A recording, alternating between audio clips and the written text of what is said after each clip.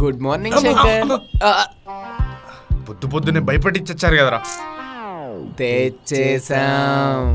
పొద్దు పొద్దునే మందేంట్రా, నైట్ తాగుదాంలే. అమ్మా,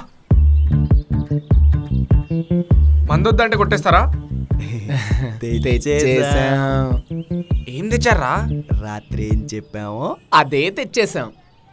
రాత్రి ఏం చెప్పారా? నాకు తను కావాలరా.